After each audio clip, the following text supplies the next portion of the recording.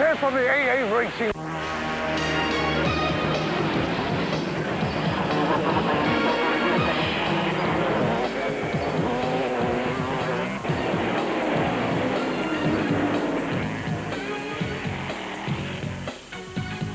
It was back to AA Kyalami for off-road enthusiasts in round 6 of Total Super Series 96 at the end of September.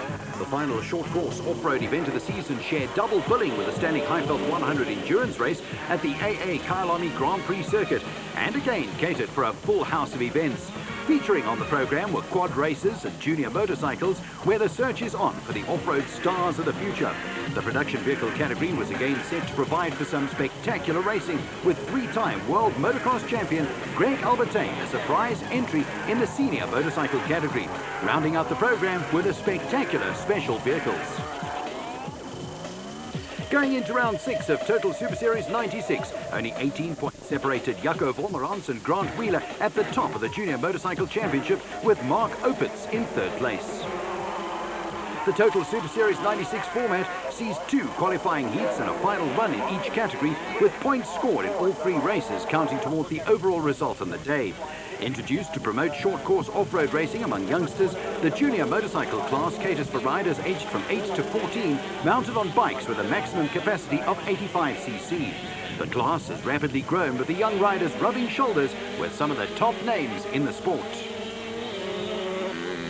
The form book was thrown out of the window in the first qualifying heat at AA Kyalami.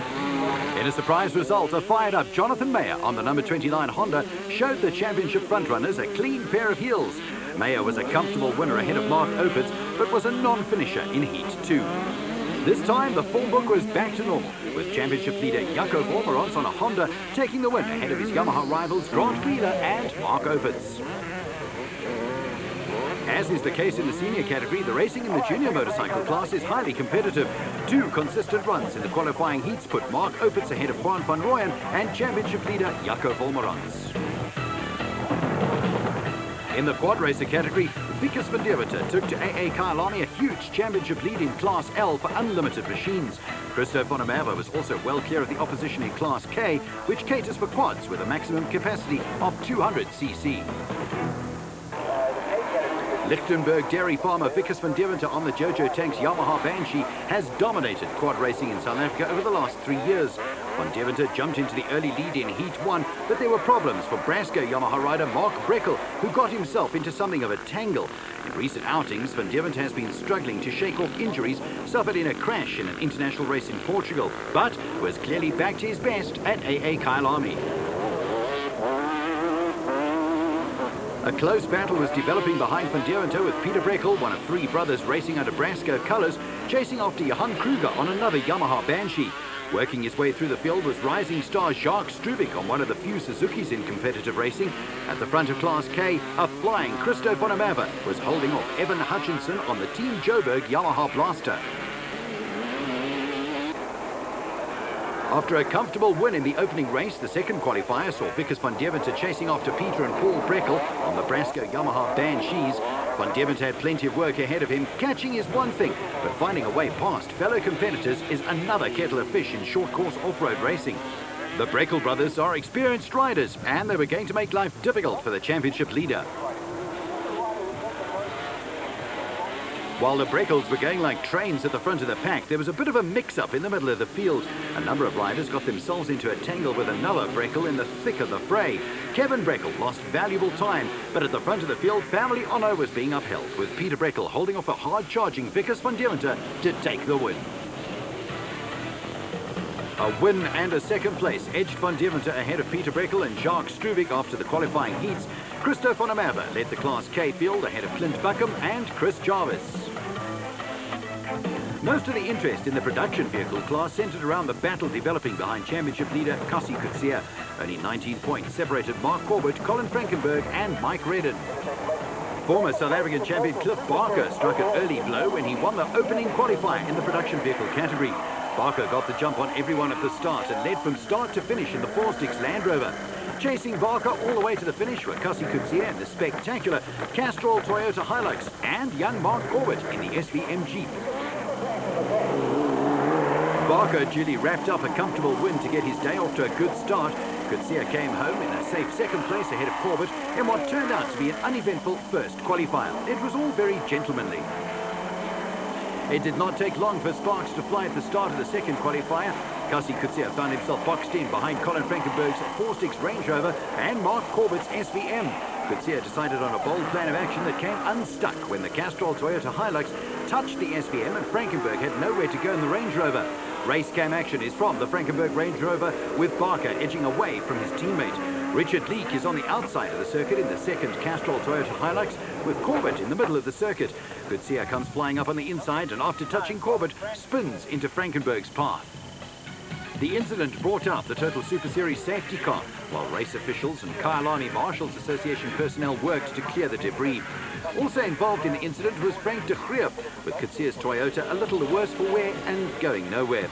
Race laps continue to be counted while the safety car is out on the circuit, and Barker was handed one of the easiest wins he'll ever pick up.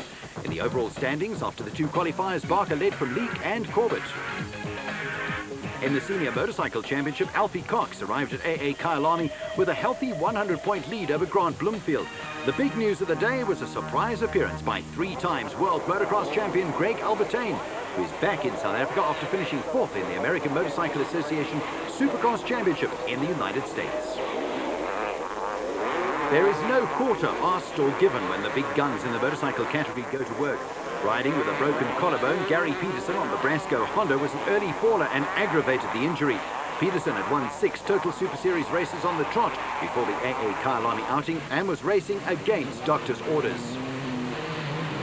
Former South African motocross champion Ryan Hunt on the Lesotho Office Equipment Honda jumped into an early lead with Alfie Cox hot on his heels on the AGA Panasonic Castrol KTM. Greg Albertine was in a menacing 3rd place on the factory Suzuki, and it was not long before the 3-time world champion powered his way to the front of the field. Albertine took the first qualifier ahead of Hunt and Cox, and it was Hunt who again set the pace early on in the second qualifying race. With everyone fighting over the same piece of track, it was hectic stuff and no place for the faint of heart. Personal duels were developing throughout the field, with highly competitive and spectacular racing a major factor in the growing popularity of short-course off-road racing. The unfortunate Gary Peterson was in the wars once again in the second qualifier. Despite his injury, the tough Peterson had taken over the lead from Ryan Hunt when he took a heavy tumble on the Brasco Honda. Hunt took avoiding action, but as he picked himself up, Peterson was clipped by Greg Albertine, and his day ended on a painful note. Showing all the class that took him to 3 World Motocross Championships in successive years, Albertine made it 2 in a row when he forged ahead of Hunt to wrap up another comfortable win. Hunt chased Albertine all the way to the flag, with Alfie Cox again completing the top 3. Behind Albertine, Hunt and Cox, the top 5 after the 2 qualifiers was completed by Alan Julian and Peter Wrigglesworth. Short circuit racing in South Africa, things have changed since you've been away. What's your feeling about the circuit, and is it close racing? Absolutely, I just came out here for some fun, and the guys are going really well out there. And pity I don't remember anybody from motocross. There's so few faces I know, but it's fun. The racing's very tight and fast. The track is incredibly fast, and I'm just here to enjoy myself. The opening qualifier in the special vehicle class produced a thoroughly workmanlike display from Yaki Hubert and the Jojo Tanks VW Beetle. Chasing after Hubert were Wade Perrins in the Draper VW Sandmaster and veteran Harry Roscoe in the Protea Playing Cards Raceco. Also in the thick of the fray was Greg Weeble sharing the lubrication equipment Chenoweth with Richard Schilling. Perrins sharing the Sandmaster with Craig Draper was grimly hanging on to Hubert without making any real impression on the race leader. The Jojo Tanks Beetle is an interesting car. The Beetle has 4-wheel drive, is powered by a Volvo engine, and when everything works, is devastatingly quick. Joubert picked up a long overdue win in the first qualifier, but mechanical gremlins ruled him out of Heat 2. This time around, Craig Draper behind the wheel of the Sandmaster led from start to finish, with Greg Weeble doing the chasing in the Chenoweth. Another consistent run in the home-built VW Stormjager saw championship leader Wolf-Peter Humfai consolidate his place at the top of the point standings. A second and a win for the Draper-Perrins combination put them ahead of Schilling, Weeble and Roscoe after the 2 qualifying heats. For Schilling, the AA Kyalami outing was his Total Super Series debut, with the Chenoweth owned by another former SA champion, Bugs Carolyn. Well, let's wait and see. We've had a little bit of a problem, which Brooks also had at the last race, which was missing on on left-hand corners, but we're trying to sort it out at the moment. And yeah, I reckon with a little bit more practice, we've got a damn good chance of pulling it off. From the moment the flag dropped in the final of the junior motorcycle class, Yamaha rider Grant Wheeler was on a mission. For much of Total Super Series 96, Wheeler and the other riders have had to take a back seat to Jaco Wolmarans on the pro circuit Honda. This time around, Wheeler decided to do something about ending the Wolmarans' domination and quickly hit the front with Lawrence Mahoney doing the early chasing on the number 54 machine. Behind him, Mark Opitz on the number 17 KK motorcycle Kawasaki and Wolmarans were locked in a tremendous battle for third and fourth, with the youngsters throwing caution to the winds. At the front of the field, Grant Wheeler had opened up a slight gap over Lawrence Mahoney, who was turning out to be the surprise package of the race. Mahoney wasn't making any impression on race leader Wheeler, but there was trouble looming behind him. Mark Opitz and Jaco Wolmarans were rapidly closing in on Mahoney, but it was still a battle for third and fourth that was holding most of the interest. In a tough race, there are bound to be casualties, but off-roaders are soon taught that cowboys don't cry. At the front of the field, there had been a major change with an inspired Wolmarans pulling clear of Opitz and hauling in Wheeler to take the lead. Young Wolmarans then threw it all away with a costly fall that allowed Wheeler to regain the lead. An angry but wiser Jaco Wolmarans was up and running again before Mark Opitz arrived on the scene, but Grant Wheeler now had matters under control. The wind went Wheeler's way, but Jaco Wolmarans made certain of the Total Super Series 96 Junior Motorcycle Championship. Vickers van Deventer wasn't in the mood to fool around in the final of the quad racer category. The runaway championship leader hit the front from the start, and the battle behind him saw Johan Kruger lead a pack of riders that included Paul Breckel and Jacques Strubig. Following his accident in Portugal, the diminutive van Deventer hasn't been at his best of late. Now fully recovered from rib and wrist injuries, he was again demonstrating that in his day, he is still the king of the quad racer pack in South Africa. While van Deventer was busy pulverizing the field, Paul Breckel had moved into second place on the Brasco Yamaha with Johan Kruger, Jacques Strubig and Billy Coetzee all in the pack disputing the minor placings. Skill, strength, superb fitness and concentration are all ingredients that go into the making of a top-class quad racer. But there are times when races don't go according to plan. An inspired Vickers van Deventer had everything under control on the Jojo Tanks Yamaha, but behind him there were changes. Paul Breckel had dropped out of the top three, with the Suzuki pair of Jacques Strubig and Billy Coetzee moving into second and third. Breckel was hanging on to fourth place with brother Peter up in fifth, with Christo van der Merwe leading Clint Buckham in Class K.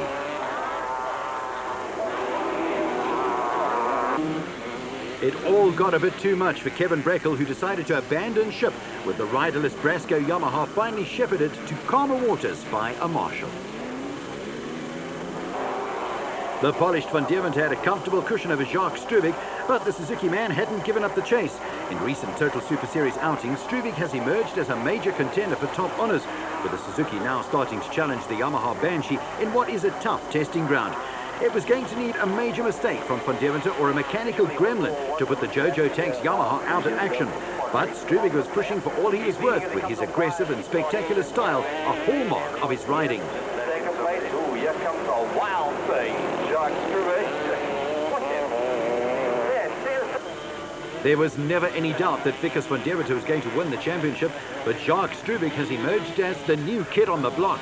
Strubig and Billy Coetzee gave Suzuki second and third places behind the flying van Deventer, with Christo van der Merwe clinching the Class K championship after finishing ahead of Evan Hutchinson and Clint Buckham. With 2 wins under his belt in the qualifying heats and championship leader Kasi Coetzee taking over the Richard Leake Castrol Toyota, Cliff Barker was the outright favourite to win the final of the production vehicle category. Barker duly took the V8-powered 4-sticks Range Rover straight into the lead, with Mark Corbett in the SVM Jeep and Colin Frankenberg in the 4-sticks Range Rover slotting into second and third places. The Range Rover was minus a body panel or two, and the passenger door on the Land Rover kept flying open, but Barker wasn't about to stop and carry out a quick repair job. There was a race to be won, with a battle between Corbett and Frankenberg, an important one where second place in the championship was concerned. In only his first season of racing, VIT student Mark Corbett has made a big impression in the SVM. He was making a brave attempt to catch Barker, but at the same time had to watch his back, with Frankenberg waiting for the slightest slip.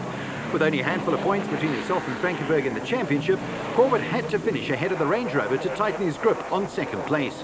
The pace of the race took its toll on the VW Beetle driven by Joe Coetzee, but with the big V8 motor sounding sweet, Cliff Barker was sitting in the pound seats.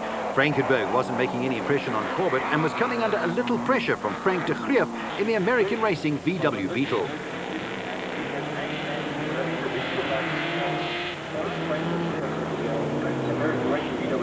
A glance over his shoulder was enough to let Cliffy Barker know that, barring accidents and mechanical failures, this one was in the bag. Mark Corbett, Colin Frankenberg and Frank de Greef were closely bunched, but that all changed when de Greef ran wide and lost valuable time, with the VW Beetle having a little trouble with a small bank on the side of the circuit. 3 out of 3 for Cliff Barker in the Forsdix Land Rover, and that lifted him up the championship table.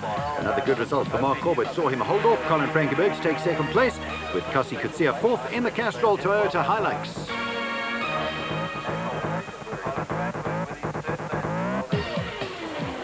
The gloves were off in the final of the senior motorcycle event, with Greg Albertine also looking for a full house of wins. The only lead went to championship frontrunner Alfie Cox on the AGA Panasonic Castrol KTM.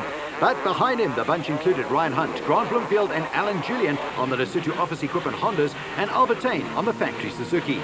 Short course off-road circuits like the AA Kyalami layout are not as technical as motocross tracks and are ultra fast. Hunt's extensive motocross experience came to the fore when he went past Cox to snatch the lead, but 3 times motocross world champion Greg Albertine was lurking ominously in third place on the factory Suzuki.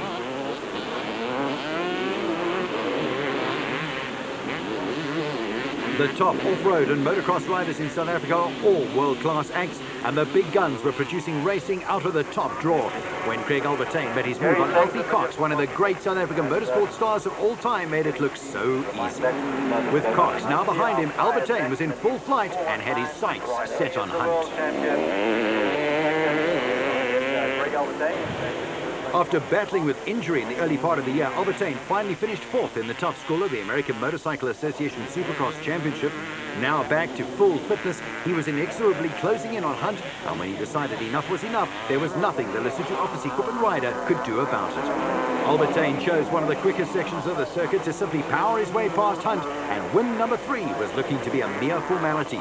Cox was still hanging on to third place, but was under pressure from Peter Rigglesworth on the Midwest Racing Kawasaki. Albertine, Hunt and Cox had a field day, with the trio finishing in that order in both the qualifying heats and the final. In the 125 category, another good result for Greg Aspinall on the Honda.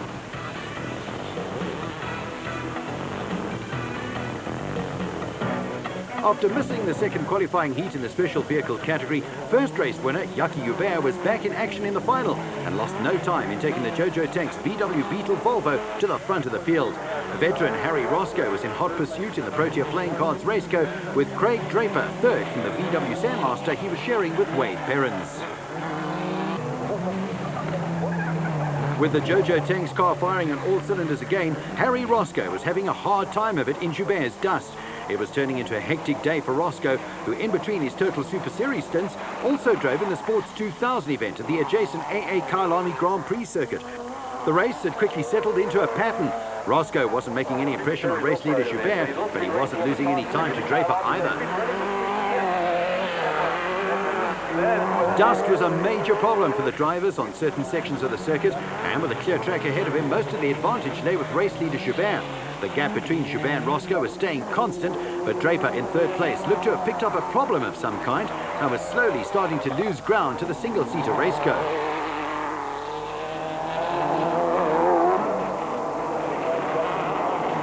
Championship leader Wolf-Peter Fumfai and the VW Sturmjager were locked in battle with the Orco driven by Keith Matthews, with confirmation of a problem for Craig Draper when he pulled off the circuit in the VW Sandmaster. In the closing stages, Harry Roscoe closed right up on Yaki Hubert, but he ran out of race distance. Roscoe was right on Hubert's tail when the checkered flag came out, and another lap or two might have produced a different result. Wolf-Peter Fumfai slotted into third place, with Richard Schilling and Keith Matthews completing the top 5.